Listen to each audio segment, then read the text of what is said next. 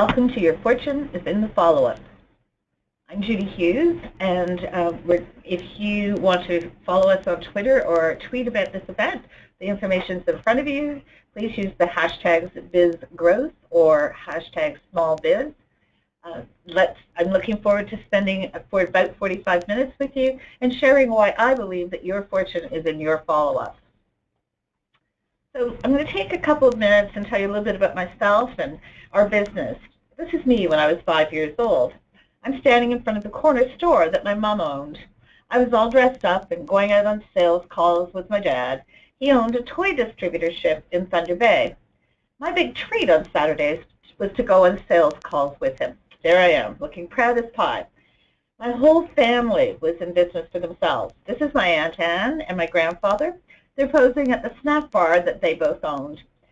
I actually didn't know that people worked for other people. I believed that being in your own business was what everybody did. This is Nick. His family were in the forces in England and they traveled the world. He became a totally independent soul with ideas of his own. He too didn't know that people actually had jobs. So it was no surprise that when we met, guess what? We became partners and started our own business. After all, neither of us knew what working for someone else was even an option. So here we are today, Nick and Judy Hughes. We're still partners in life and business, and Nick is here with me this morning offering technical support.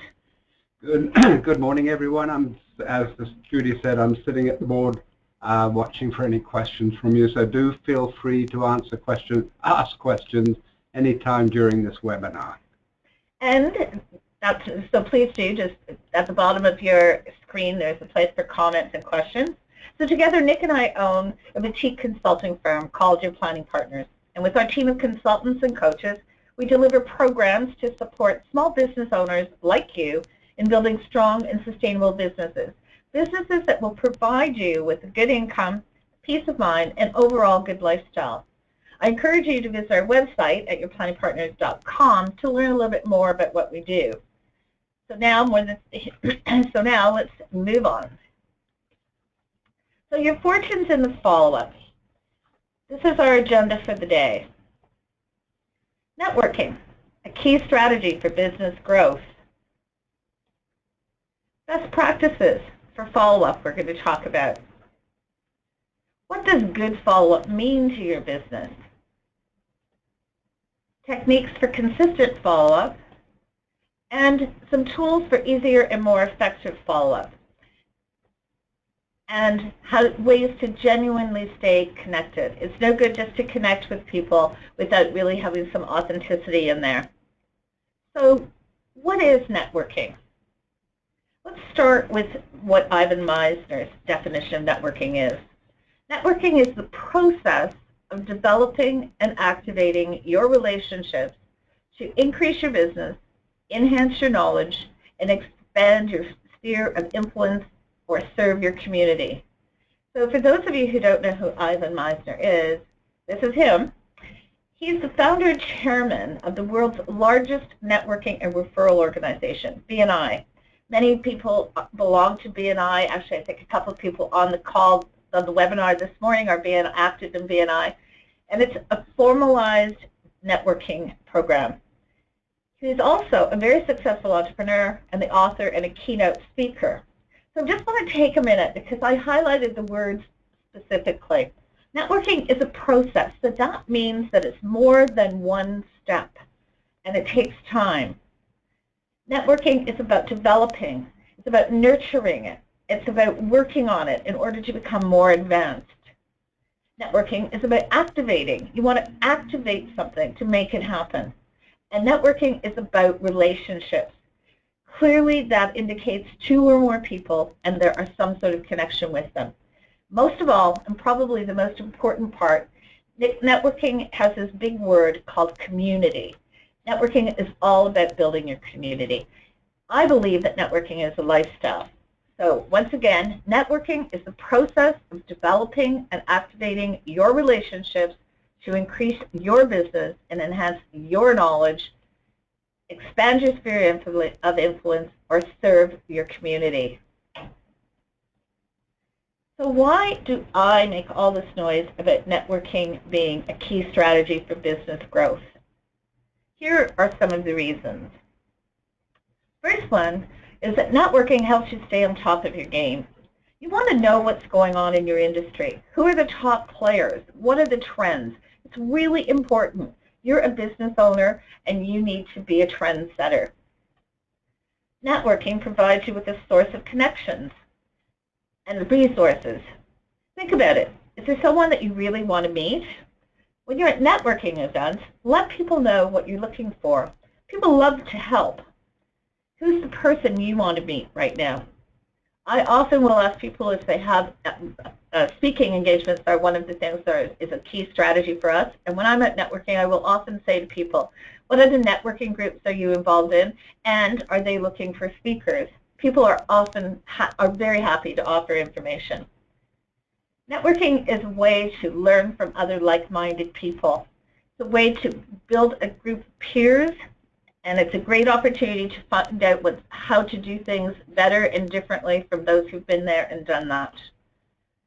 Networking lets you be seen. You need to keep your profile up. You don't want people ever asking, whatever happened to Judy? You want to put your face out there and be seen all the time. Networking helps you generate high-quality referrals. I don't know about you, but I never refer anyone that I don't know something about. Referrals are almost like an endorsement. So how can I possibly refer someone if I haven't taken the time to get to know them? So regular networking allows you the opportunity to get to know people so that you can offer referrals to help other people or your clients. And the big one, people buy from those they know and love, as I often say. It's proven time and again, even in large corporations, that it's about branding. People buy from people that they trust and people that they know something about. Okay, so it's called networking. This poor guy looks pretty exhausted. The reason this is called networking is because you really, really need to work at it. Building any relationship involves working at it. You only get out of it what you put in. Trust me. So networking is expensive and it's time-consuming. And I say that because most people, a lot of business owners don't keep track of how much money they spend or how much time they spend on networking. In our work with our clients, we always get them to figure out, to keep track of that cost, because you don't want to kid yourself into thinking that networking is an inexpensive marketing venture. At networking, you are not going to sell anything. It's not about selling anything at the networking event. It's about getting to know people. It's about helping people. It's about building your network. Networking will allow you to reap the rewards of meeting new people. It'll help you build your business by building relationships, or you can simply make friends. And that's okay too. I've made some of my best friends in networking events, and they long-lasting friendships. But don't kid yourself into thinking that it's a marketing or a business initiative if you're not meeting prospects or connectors. If it's to make friends, then accept that fact and enjoy it. Networking, as I said, is about building relationships. It's about building trust. It's about building your community. And we're going to talk more about each of these things as we go on, but if you notice, the thing that I haven't said is networking is about sales. I've said the opposite. You're not going to sell anything. If networking is a serious business activity for you, then you need to monitor it, you need to manage the results, and you need to know whether you're getting your return on your investment.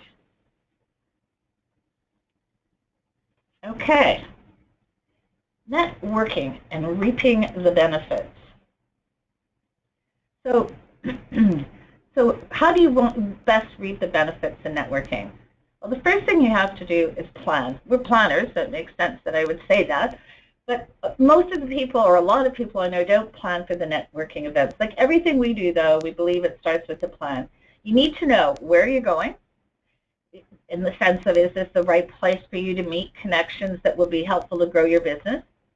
What will you talk about? Who do you want to meet? Are you going to take a door prize to draw attention to yourself? Consider all of these things in your plan and make sure that you think them all through. If you're going to take a door prize, make sure you have business cards. Be prepared. So what does that mean? It means research the group or the event online. Find out a little bit about the speaker. Check out who else might be there. Remember, many of the places that networking events will actually have the names of the other people attending. If you're going to be going to a BNI as a guest, they usually have the members online. I always go on, check out who's there, who might I want to get to know, who might I want to meet. Make sure that you've got your notebook, business cards, and all of that stuff together. I don't know how people can remember all of the infomercials they hear or what people do. So take notes. It's not insulting. It's a compliment. People figure that you're paying attention.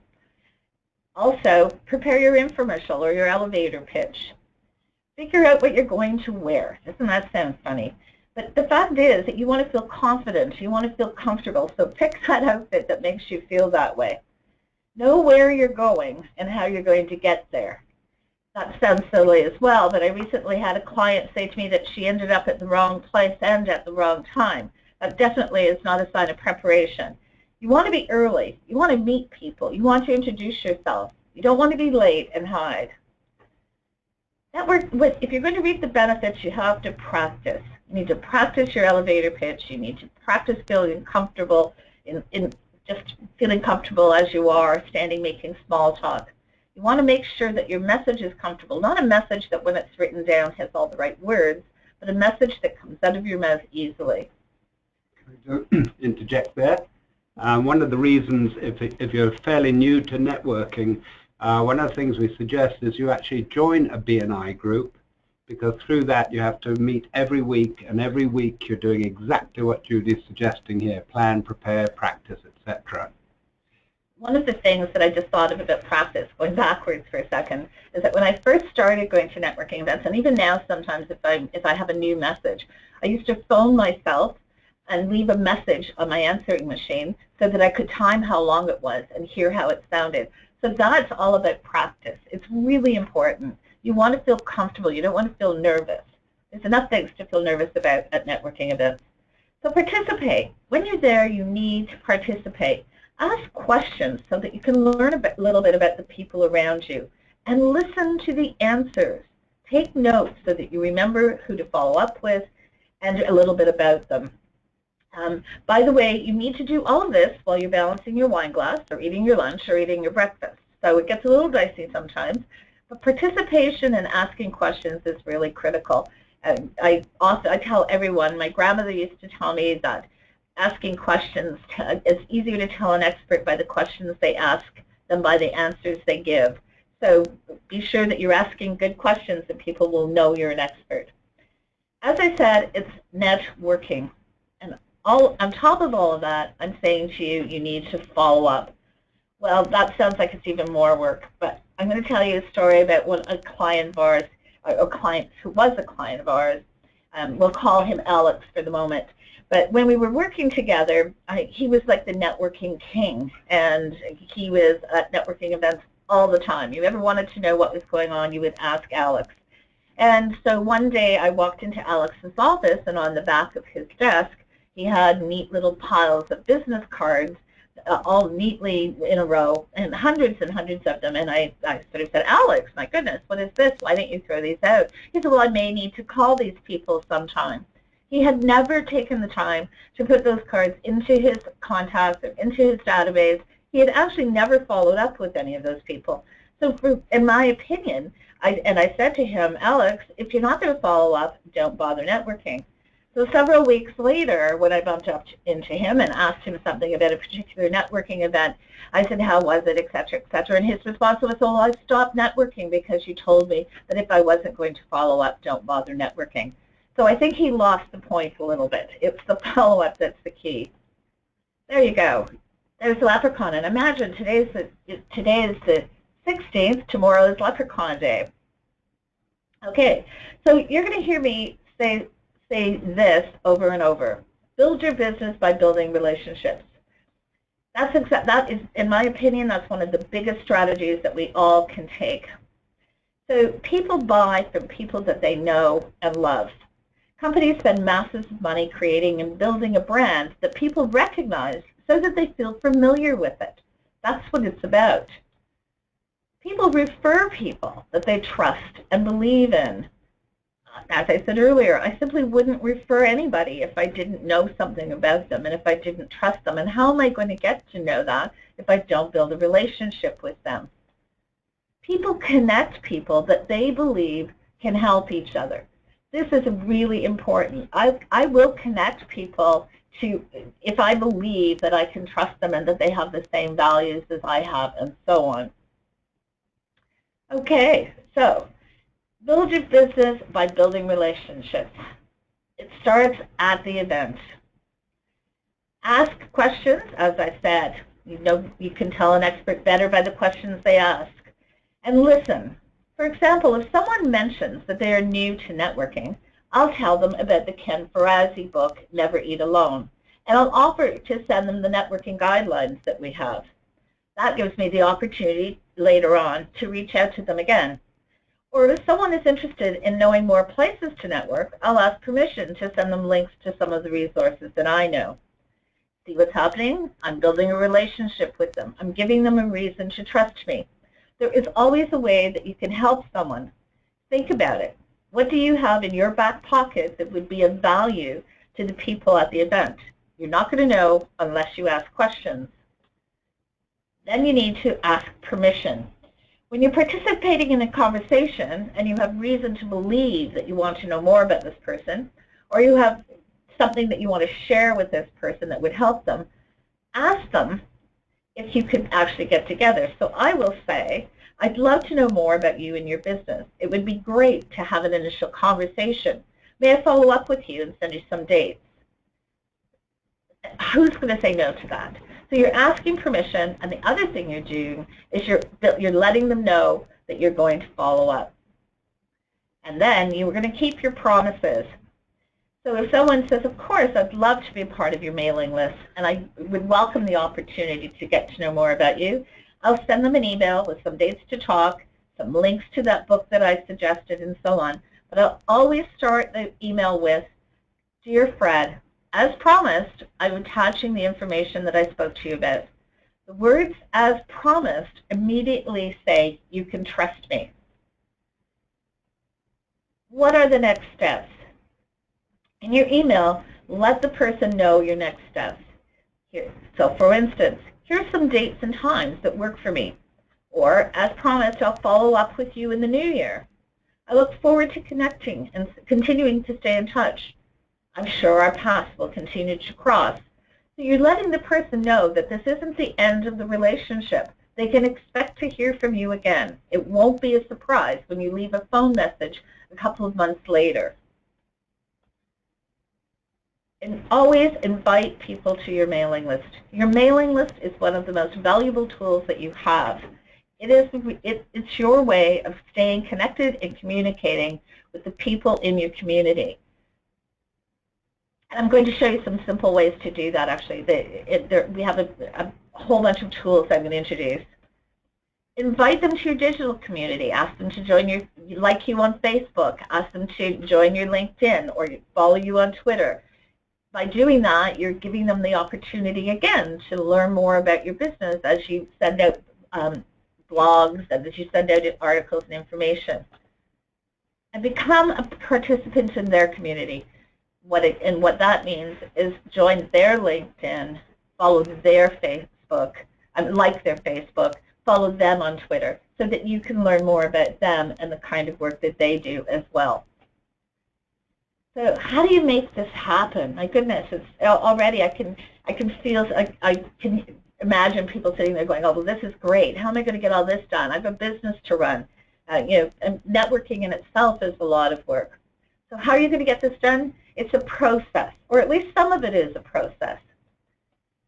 One of the things you're going to do is schedule time for the preparation and the follow-up. So when you book an event, a networking event, don't only schedule the event in your calendar.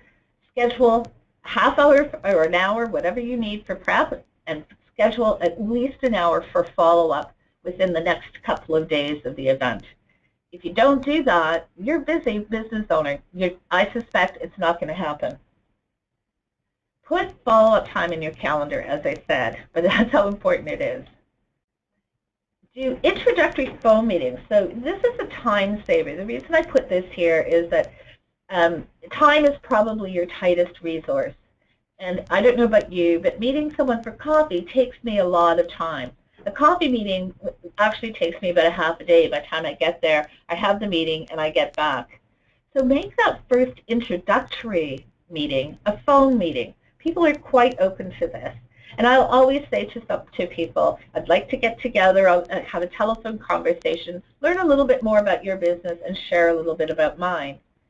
If there's good cause and it's a good connection, then you can have the next step of getting together for coffee or lunch or breakfast, whatever you like. But that initial meeting doesn't have to take you 2 or 3 hours. Set trigger dates for scheduled follow-ups. So if you're talking to somebody on the phone and it appears that there's no next step, immediate next step, but you are going to follow up in the summer, or you're going to follow up in next year or at their year end, be sure to set that trigger date into your calendar for your follow-up activities. So if you're doing even these 4 things, what's happening is you've already started a process. So you've gone to the event, you've set time for follow-up, you've had introductory phone meetings, and after that phone meeting, you've set a trigger date for the next step to follow. So systems and processes. Create systems and processes to make it easier and less time-consuming. It doesn't have to be complicated. You can use templates, which I have a couple of samples that I'll share with you. And oh, by the way, you're going to get all of these, this PowerPoint presentation. You will be getting that after the webinar. So you will have the opportunity to use the templates and so on that I'm going to be speaking about, or I am speaking about. And you can use checklists. Checklists are about the simplest way to start processes and systems. I'm going to show you some examples of that as well. The thing is that with both templates and checklists, it allows you to start to delegate some of your follow-up work. You can ask, in our case, we have Rebecca in our office who does some of our follow-up work. You can have a virtual assistant. You can have your partner, anybody. As long as you've got templates and checklists, it doesn't have to be you doing the work. And as I said, here we go. We have a marketing coordinator. A couple of people I know, as I said, use virtual assistants, and that's great too. So let me share some of these tools. So here's a sample checklist. This is not all of the checklist, but it's a start. This is a networking follow-up. So basically, you go to an event, then I email that person with value and a next step. So a value will be whatever I promised them, whether it's a resource list or a couple of networking events or a connection to somebody I think might help them, or an article that I've written. And I will always say what the next step is. I'd like to get together for coffee, love to have a telephone introductory meeting, whatever your next step is. And I ask right then and there, are you on our mailing list? If they're on our mailing list, I can continue to build that relationship with them. And after I've done that, then I do the LinkedIn connection. And I'm going to show you that because I don't just push the button that says, I want you to join my community. This is about building relationships, about authenticity, about being genuine in your relationship. If they have a Facebook page, I'll like their Facebook and I'll follow them on Twitter, and then I'll set up follow-up trigger dates. So as long as I've got this checklist, I can have other people do this, and that's because we also have templates, and I'm going to show you that as well. Okay, so here you go. Here's a follow-up template that we use. So I'm going to just stick some names in here. So it'll be like, hi, Anne.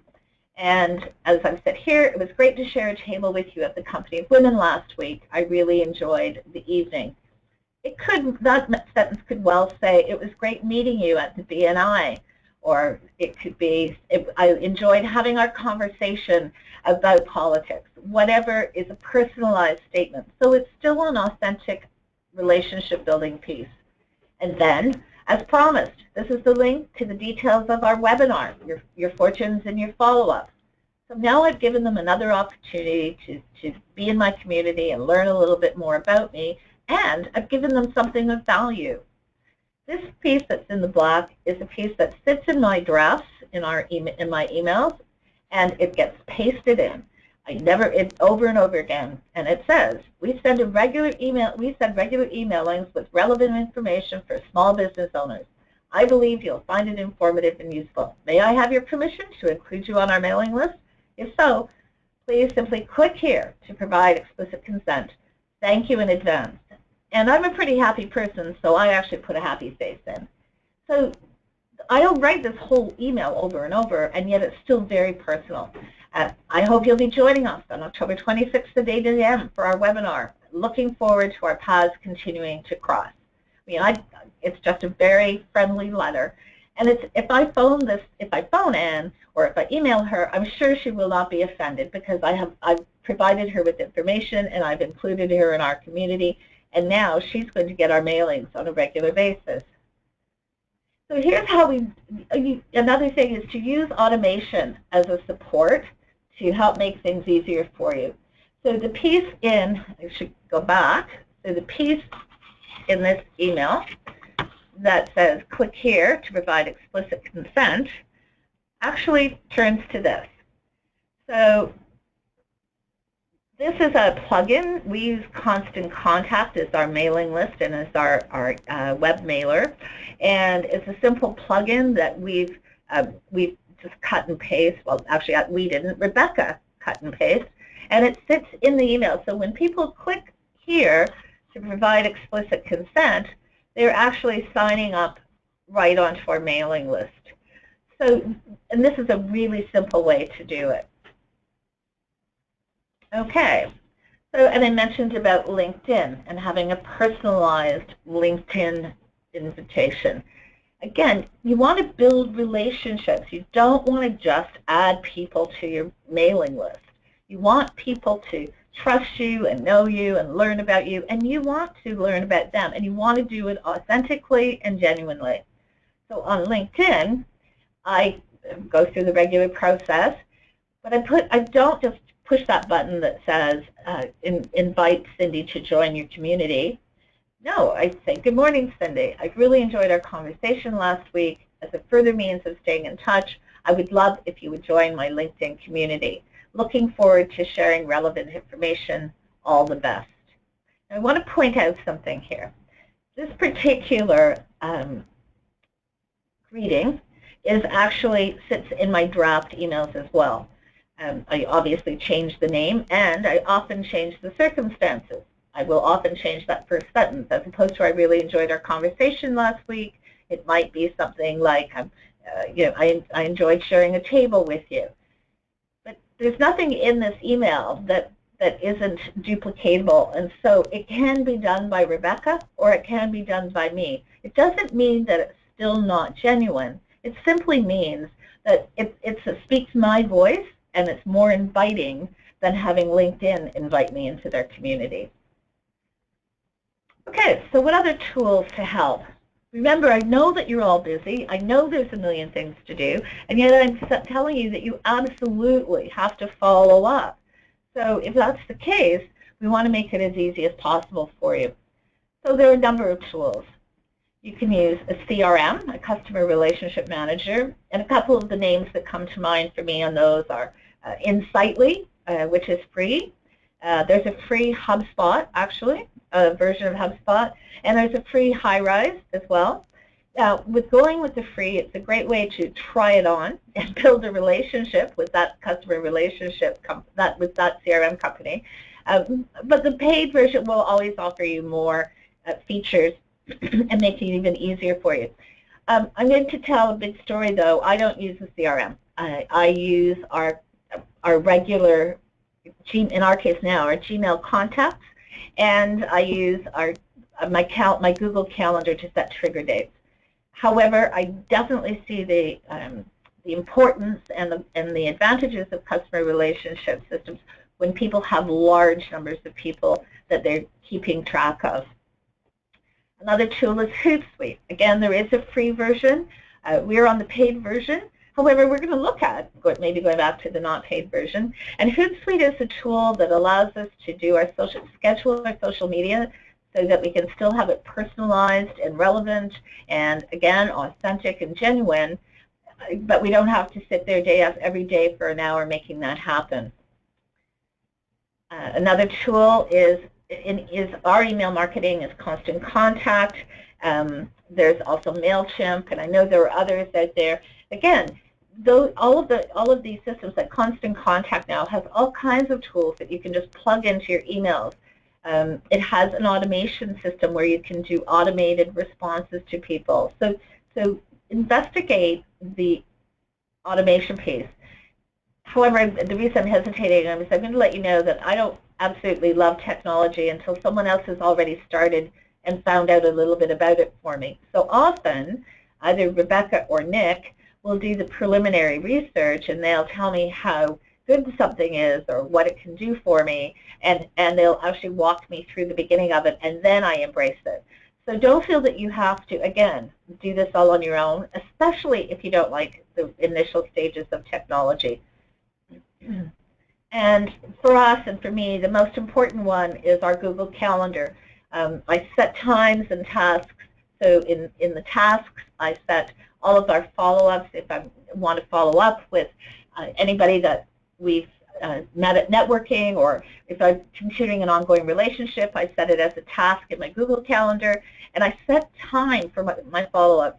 In my case, Monday afternoons I've started. Monday afternoons I have an hour and a half set follow-up, and I really feel that it's important that you honor it. Okay, so here's another tool.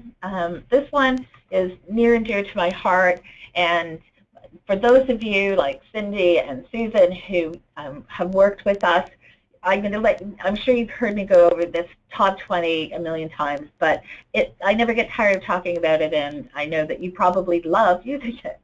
So what is the top 20? So the top 20 is probably one of the most valuable tools you have for staying on top of your follow-ups.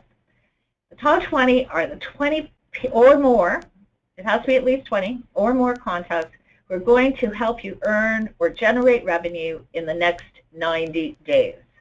So I'm just going to repeat it. It's the 20 contacts, 20 or more contacts, who are going to help you earn or generate revenue in the next 90 days. So the thing about the top 20 that is probably the most important is the process of identifying those people. So those arrows are there because, there we go. So what is earn revenue?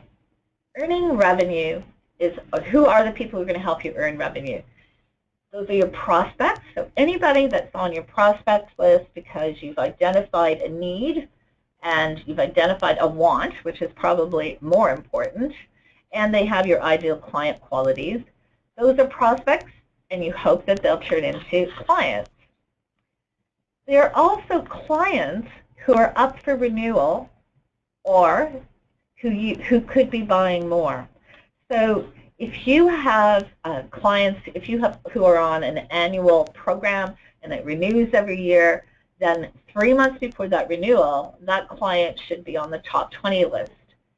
If you have a client who is using your services as a consultant, and you feel that they could use the products or other services that you offer, then you would have them on your list because they can buy more.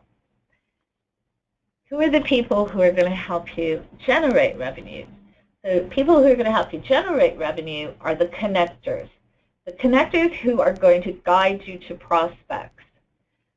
So those connectors, you can tell them at a networking event, actually. They're the ones who are walking around going, oh, have you met Fred? And oh, by the way, have I introduced you to Alice yet? So connectors are the people who can introduce you to prospects. They are also another indication of a connector will be someone who is the same ideal client as you, but is not in competition, who's a complementary service. They have your prospects, and they'll understand the value that you can bring. Connectors are also people who can help you execute your marketing initiatives. So what I mean by that is if you have events or hold events in your venue, or if you are speaking and you want more opportunities to speak, you want to have connectors who could get you in front of the right people. So anyone who could help you execute on some of the marketing initiatives or marketing strategies you have. People who could do guest webinars for you, or who you could be a guest on their webinars. Sorry, wrong way around. Or people who you could connect you to the opportunity to do guest blogs to people who are in your ideal client market. Also, revenue generators are your clients. It's amazing to me how often we forget that our clients will send us prospects and give us referrals if we ask. They already know and love us and know the value we bring. So you may have some clients on your list. And your clients can also help you on executing your marketing initiatives because they know other people like themselves.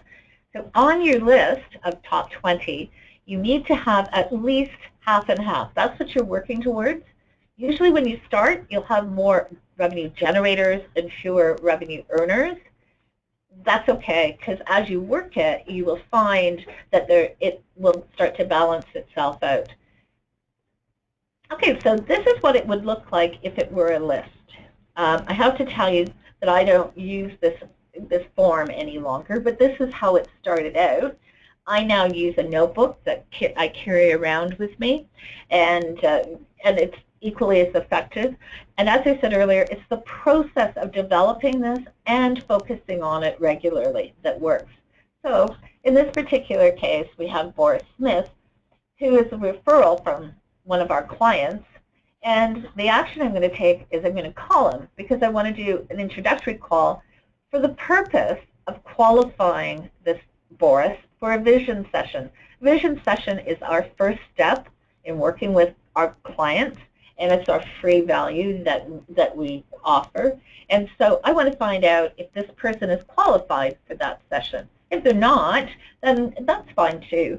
But if they are, I'd like to make sure that we can bring that person into our community. So my desired result, which is right here, is I want to book a session date. So notice it isn't that I want the sale, I just want to book a session date. Mary Smith, on the other hand, is a strategic alliance. So what I mean by that is she's somebody that has our client type, and that we could probably do some work together.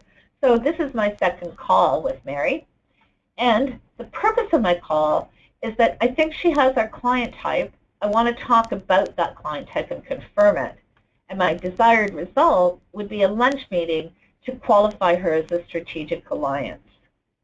And we'll do one more, Joe Doe.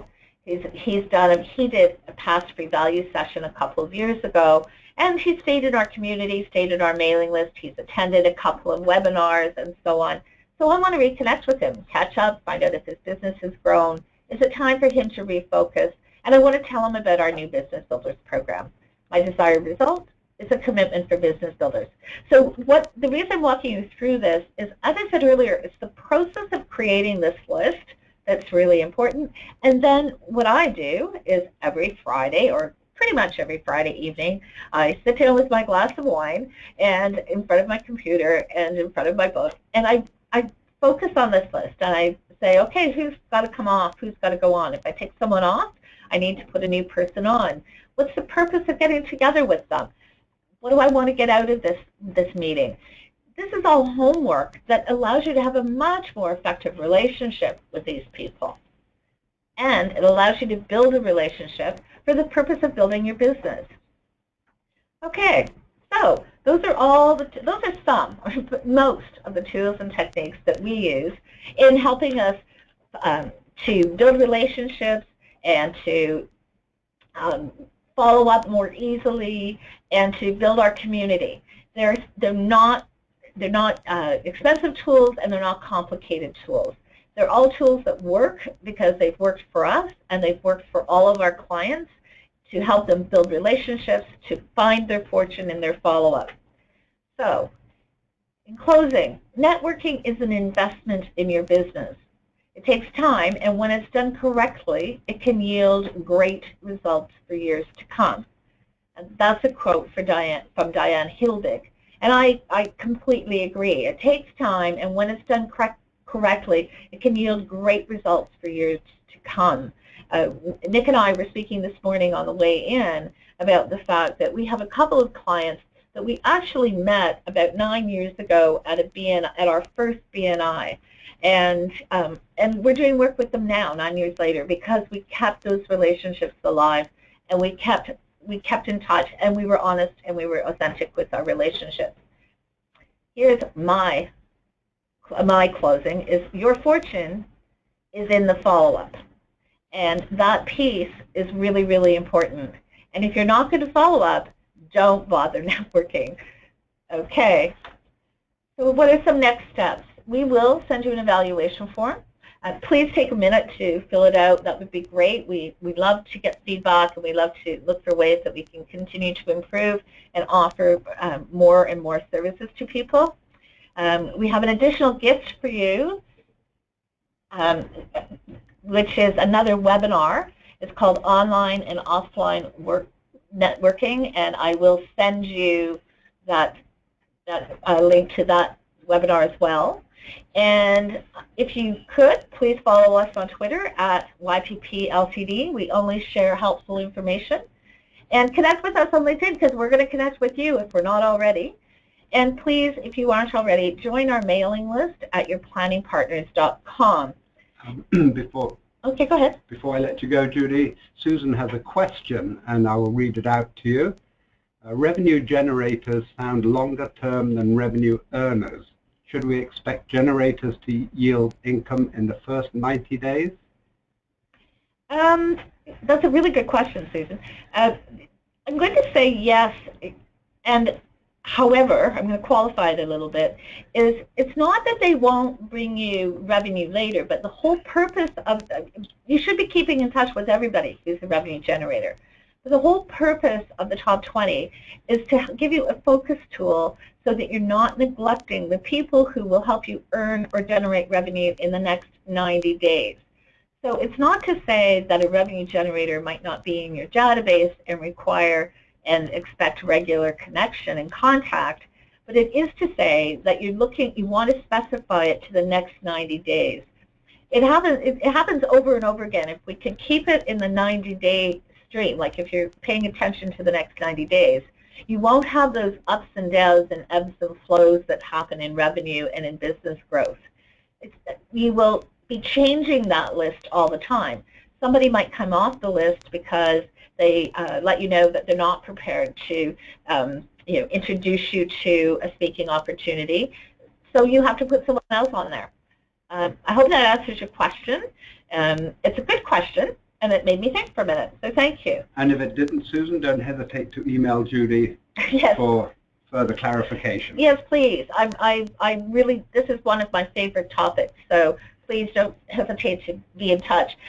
In addition, Rebecca will be in touch with you to see if any of you would like to set any time to learn a little bit more about your planning partners and what we do. And I really want to say thank you for joining us this morning, and I hope you will join us for other webinars and other opportunities. Looking forward to staying in touch. And have a wonderful week, everyone.